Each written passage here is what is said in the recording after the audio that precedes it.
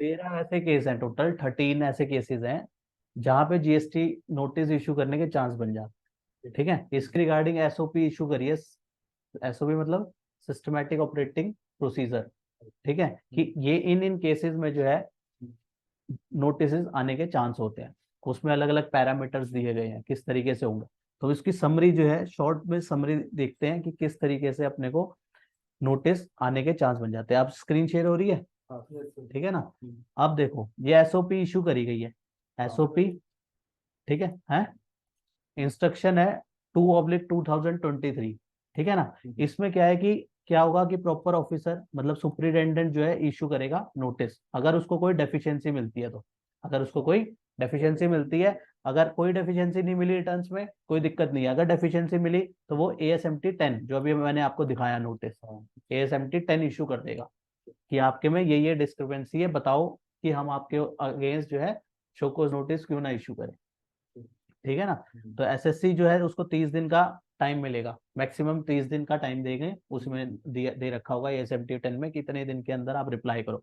अगर वो एक्सेप्ट कर लेता है कि हाँ भाई गलती हुई है और वो पे कर देता है तो ठीक है। अगर पे कर दिया तो पे करने के लिए DRC 03 यूज करेगा वो और पे कर देगा। ठीक है। अगर वो अगर उसको लगता है कि नहीं ये ठीक है, जो नोट जो मतलब गलती नहीं हुई है, ठीक है ना, तो वो फाइट करेगा। जैसे अभी हमने एग्जाम्पल के लिए जो नोटिस देखा, उसमें CGST SGST 8-8 लाख रुपए की उसने डिमांड कर दी कि आपने एक्सेस क्लेम किया है जी। 3B में आपने 8 लाख रुपए CGST SGST एक्स्ट्रा क्लेम किया है, यही था नोटिस वो। ठीक है ना? तो अगर एसएससी को पता है कि मैंने जो ये 8 लाख किया है वो ठीक है, ठीक है ना, एक्स्ट्रा जो मैंने दिखा रखा है 2B से एक्सेस जो क्लेम किया है वो ठीक है, तो वो क्या करेगा, उसकी जो डिमांड है उसको डिनाई करेगा, रिप्लाई बनाएगा। तो रिप्लाई ASMT 11 में रिप्लाई बनेगा, लिखा था ना उसमें ASMT 11 में। ठीक है ना? और उसने जो अपनी सबमिशन पूरा रिप्लाई बना के देगा कि सर इसी वजह से मैंने ये 8 लाख रुपए जमा ज्यादा करे। हो सकता है उसने लास्ट ईयर 8 लाख कम क्लेम किया हो, उसके 8 लाख इस साल में क्लेम किया हो, ऐसा हो सकता है ना, पिछले साल का, क्योंकि हम कर सकते हैं ना अगले साल में। ठीक है ना, सेक्शन 16(4) होता है, उसके हिसाब से कर सकते हैं। तो अगर उसको लगता है कि ठीक है भाई, प्रॉपर मतलब डिपार्टमेंट को लगता है कि ठीक है, तो वो ओके कर देगा, ASMT 12 इशू कर देगा कि ठीक है भाई आई एम सेटिस्फाइड। अगर हमने जो रिप्लाई किया कि भाई हमने इसी वजह से 8-8 लाख रुपए फालतू करे हैं, डिपार्टमेंट सेटिस्फाइड नहीं होता, तो वो क्या करेगा, वो ऑडिट करवा सकता है हमारे। ठीक है, अलग अलग सेक्शन होते हैं, 65-66 ऑडिट करा सकता है। इंस्पेक्शन सर्च सीजर इनके सेक्शन 67 में लिखा गया है, इंस्पेक्शन वगैरह करवा सकता है, सर्च करवा सकता है, डिपार्टमेंट के पावर है।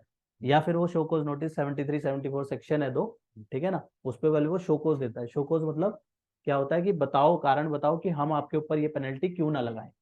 ठीक है ना? तो इस तरीके से ये प्रोसीजर रहता है नोटिस इशू करने का। अब बात आती है कि कौन कौन से केसेस हैं ऐसे। तो यहाँ पे ऐसे 13 पैरामीटर्स जो हैं बताए गए हैं, जो हमने इंस्ट्रक्शन ऊपर देखी ना 2/2022, उसमें इंस्ट्रक्शन।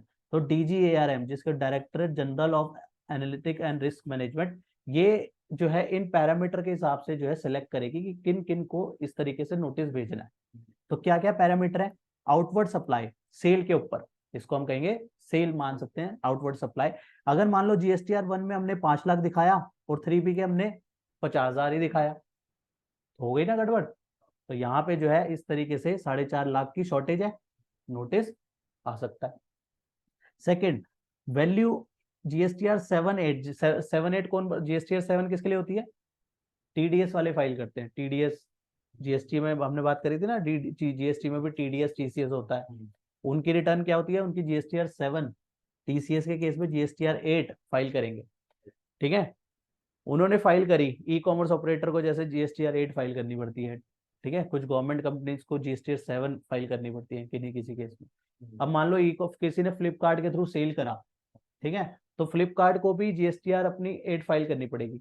उसने दिखाया अपनी GSTR 8 में कि मैंने इस बंदे के साथ, मिस्टर ए है, ये ऑनलाइन सेल करता है, मान लो इसने ऑनलाइन सेल करी मिस्टर ए ने फ्लिपकार्ट के थ्रू, फ्लिपकार्ट का पोर्टल यूज करके।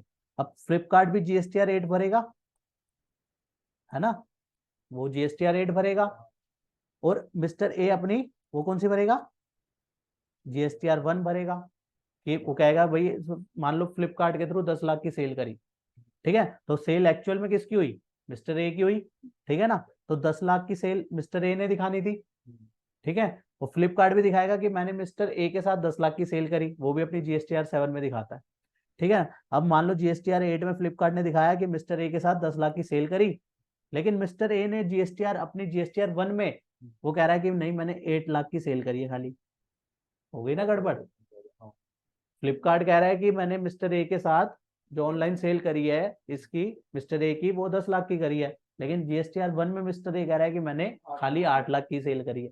तो यहाँ पे 2 लाख का डेविएशन हो गया, नोटिस आ सकता है। ऐसे ही आउटवर्ड सप्लाई जीएसटीआर 1 में 3B में हमने दिखाई का अलग, और ईवे बिल 50,000 से ऊपर में ईवे बिल बनाना पड़ता है ना, वहां देख रहे हैं उसमें टर्नओवर अलग है, 3B में अलग है, तो भी नोटिस आ सकता है। अब इंटरेस्ट अंडर सेक्शन 50, इंटरेस्ट का सेक्शन है 50, इंटरेस्ट पे करना पड़ता है। हमने कभी हमारी लाइबिलिटी बन रही होगी तो उसके ऊपर इंटरेस्ट पे करना है, ठीक है। सुप्रीम कोर्ट पहले दिक्कत आती थी कि इंटरेस्ट जो है वो नेट टैक्स लाइबिलिटी पे देना है या फिर ग्रॉस, मतलब सेल के ऊपर देना है।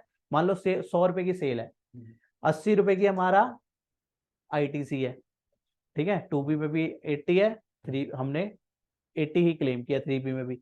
तो हम पेमेंट कितने का, चालान कितने का बनेगा, 100 माइनस 80, 20 का चालान बनेगा, ठीक है। तो इंटरेस्ट किसके, कई कहते थे इंटरेस्ट जो है 100 रुपए के ऊपर लगना चाहिए, कई कहते थे इंटरेस्ट 20 रुपए के ऊपर लगना चाहिए।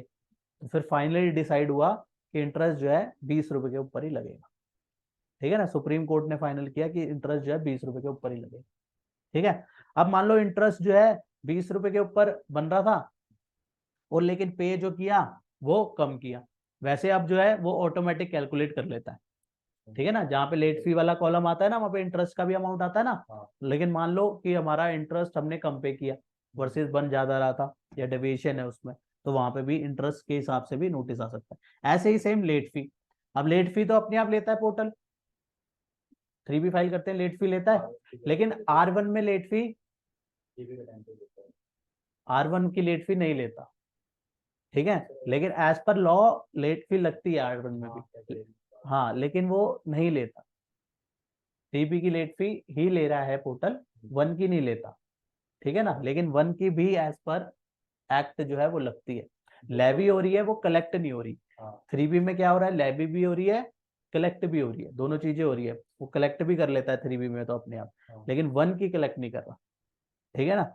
तो यहाँ पे अगर लेट फी का डिफरेंस है तो उसका भी नोटिस आ सकता है। ऐसे ही अगर हमने कोई इंपोर्ट की है तो इंपोर्ट के ऊपर हमें आईजीएसटी पे करना होता है। बाहर से किसी ने चाइना से यहाँ मंगाया तो वो क्या करेगा, आईजीएसटी पे करेगा, आईजीएसटी की लाइबिलिटी आती है, उसका क्रेडिट भी ले सकते हैं, ठीक है ना। तो हमारा जब हम 2A देखते हैं तो 2A में जब हम देखते हैं नीचे B2B, B2B अमेंडमेंट, B2 वो सारे आते हैं ना टैब, उसमें एक इंपोर्ट्स का भी टैब होता है, इंपोर्ट्स का भी टैब होता है, कभी ध्यान दिया, उसमें इंपोर्ट्स का भी टैब आता है। अभी कहता हूँ मैं सारे नजर मार लिया करो एक बार, ठीक है ना, उसको कलर कर दिया करो, इसलिए कहता हूँ ताकि उन चीजों में क्या आ रहा है हमें शीट में पता होना चाहिए। तो वहां पे 2A में आ रहा है, मान लो इंपोर्ट किया है इसने और आईजीएसटी की वैल्यू आ रही है वहां पे, ठीक है, लेकिन आईटीसी में वैल्यू अलग है, ठीक है ना। 50,000 वहां पे वैल्यू दिखा रहा है, हमने आईटीसी मान लो ज्यादा ले लिया, ठीक है। तो वहां पे भी वो केस भी हो गया, वहां पे भी नोटिस आ सकता है। तो ऐसे ही मान लो इंपोर्ट हुआ है तो आइस गेट पोर्टल होता है, ठीक है। जब हम इंपोर्ट वगैरह ट्रांजेक्शन करते हैं वहां पे शिपिंग बिल वगैरह डिटेल्स डलती है, तो आइस गेट में जो डाटा आ रहा है और वो हमारा जो इंपोर्ट्स करेंगे वो आइस गेट में भी आ रहा होगा। मान लो पूरे महीने में 5 इंपोर्ट हुए हैं, वो 5 इंपोर्ट आइस गेट में भी आ रहे हैं, लेकिन हमने अपनी आईटीसी में जो है वो 4 दिखा रखे हैं, वहां पे वेरिएशन हो गया, ठीक है ना। तो इस तरीके से जो है आईटीसी में भी अगर फर्क है तो भी नोटिस आ सकता है। ऐसी लाइबिलिटी अंडर आरसीएम, आरसीएम में पे करते हैं हम, जैसे पोर्टर का बिल था वो क्या था, वो आरसीएम में पे कर रहे हैं हम, फिर उसका क्रेडिट ले ले रहे हैं।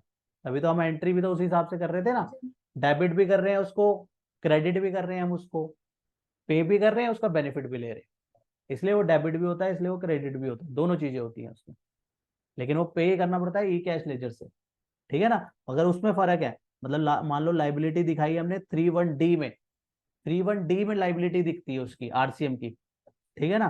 टेबल 31D में लाइबिलिटी दिखती है, ध्यान है, दिखाऊं?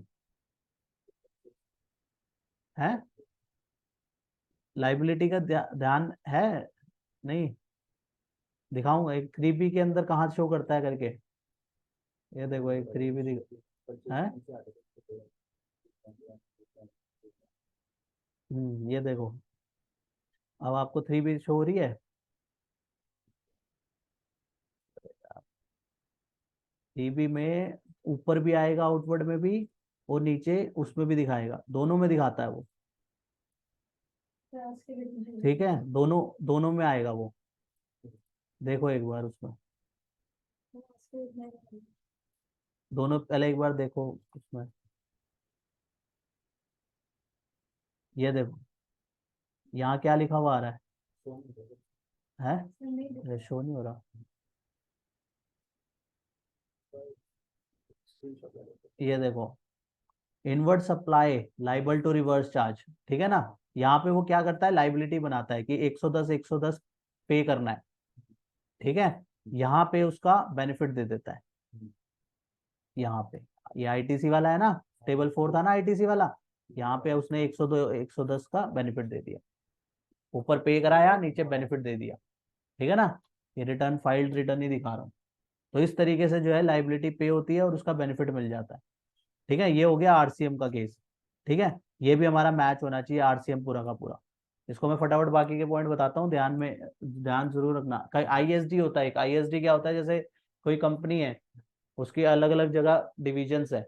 ठीक है, एक एयरटेल है, मान लो एयरटेल का हेड ऑफिस मान लो गुड़गांव में है। ठीक है, उसने शाहरुख खान से ऐड कराई, उसने कहा ऐसे कर दे भाई, उसने कहा ठीक है 2 करोड़ रुपए लूंगा, उसने बिल बना के भेज दिया। ठीक है, अब एयरटेल का हेड ऑफिस है, उस उसने क्या करना है, वो अपने डिविजन्स को वो बांट देगा क्रेडिट। उसका बिल आएगा शाहरुख खान का 2 2 करोड़ प्लस जीएसटी का। अब वो दो जो जीएसटी है उसको क्या करेगा, वो डिस्ट्रीब्यूट करेगा, उसको बोलते हैं इनपुट सर्विस डिस्ट्रीब्यूटर। ठीक है ना? बाकी जो उसके बाकी उसके पैन में जो ब्रांचेस हैं उसको वो डिस्ट्रीब्यूट कर देगा।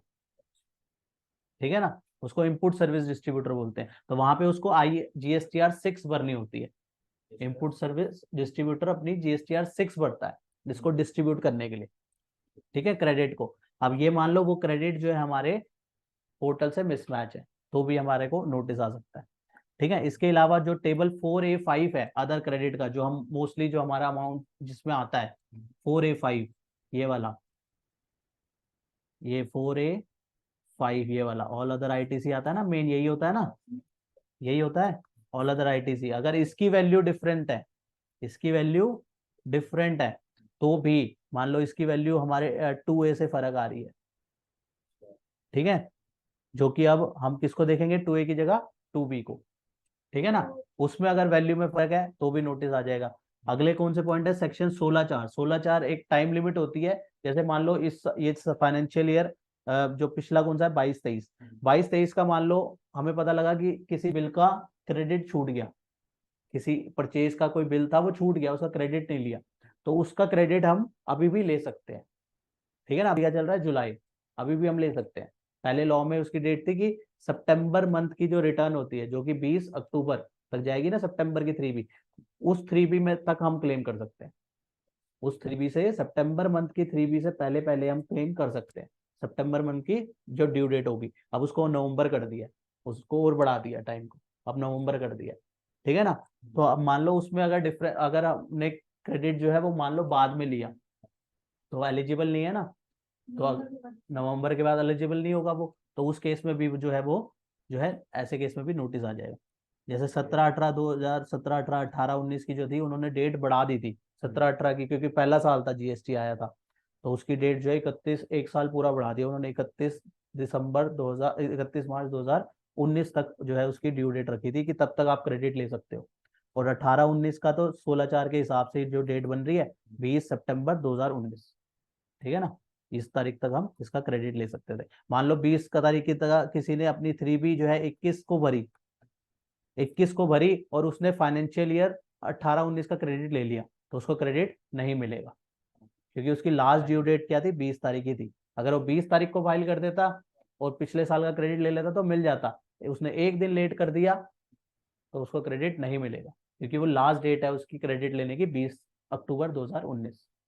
ठीक है ना। ऐसे ये 3 और केस है। इसमें क्या है, रिवर्सल ऑफ कॉमन क्रेडिट। ये कुछ रूल्स होते हैं, इसके बारे में अभी आपको जानकारी नहीं होगी। इसमें कुछ रूल्स होते हैं, कोई सप्लाई कर रहा है, वो उसका कोई टैक्सेबल भी, मान लो कोई पेप्सी कंपनी है, मान लो एग्जाम्पल के लिए, वो पानी भी बना रही है, वो कोक भी बना रही है, ठीक है। मान लो पानी के ऊपर टैक्स 0 है, एग्जाम्पल के लिए मान लेते हैं, पानी के ऊपर 0 किया हुआ है, और वो कोल्ड ड्रिंक के ऊपर मान लो 28% जीएसटी किया हुआ है, ठीक है। अब वो कुछ ऐसे क्रेडिट ले रही है, उसने ढक्कन लिया, जो कि मान लो ढक्कन दोनों में सेम लग जाता है, मान लो एग्जाम्पल के लिए, उसने 1 लाख ढक्कन लिए, कुछ उसने पेप्सी में लगा दिए, कुछ उसने एक्वाफाइन में लगा दिए, ठीक है। मान लो 40 उसने 20% जो है पानी की बोतल बनाई, 80% उसने कोल्ड ड्रिंक में बना दी।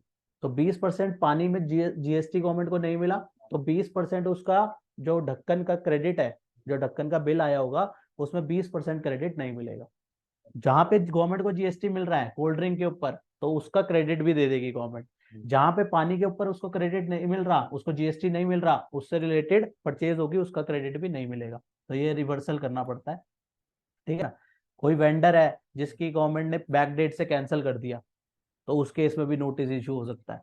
कोई हमने ऐसा आईटीसी क्लेम कर लिया, जिस हमने आईटीसी, हमारे पास बिल आया, हमने इसका आईटीसी क्लेम कर लिया, लेकिन जिससे बिल आया वो अपनी 3B फाइल नहीं कर रहा, उसने अपनी 3B फाइल नहीं करा, तो गवर्नमेंट को टैक्स नहीं मिल रहा, और हम मजे से क्रेडिट ले रहे हैं, तो ऐसे में भी नोटिस आ सकता है, ठीक है ना। तो ऐसे ये 17 पॉइंट बनाए हुए हैं गवर्नमेंट ने, जहाँ पे जो है नोटिस आ सकता है। तो बहुत इंपॉर्टेंट केस रहते हैं ये। इसको हमने शॉर्ट में वैसे कर लिया इसको सम अप, लेकिन वो डिटेल में इसकी इंस्ट्रक्शन दे रखी है, इंस्ट्रक्शन अलग से ना, इसमें पूरी डिटेल्ड इंस्ट्रक्शन है, ठीक है ना, उसको भी। तो ये पॉइंट भी ध्यान में रखने हैं, ठीक है। मोटा मोटा कुछ क्लिक हुआ होगा कि ऐसे ऐसे मिसमैच हो सकते हैं, 3B वर्सेस 1 अलग अलग। होप आपको ये इन्फॉर्मेशन पसंद आई होगी, तो इसे लाइक कीजिए, शेयर कीजिए। रेगुलर अपडेट्स के लिए आप हमारे चैनल को सब्सक्राइब करें, नोटिफिकेशन बेल आइकन को प्रेस करना ना भूलें, ताकि जैसे ही नया अपडेट डालें आपको वो इमीडिएटली मिल जाए। Thanks for watching.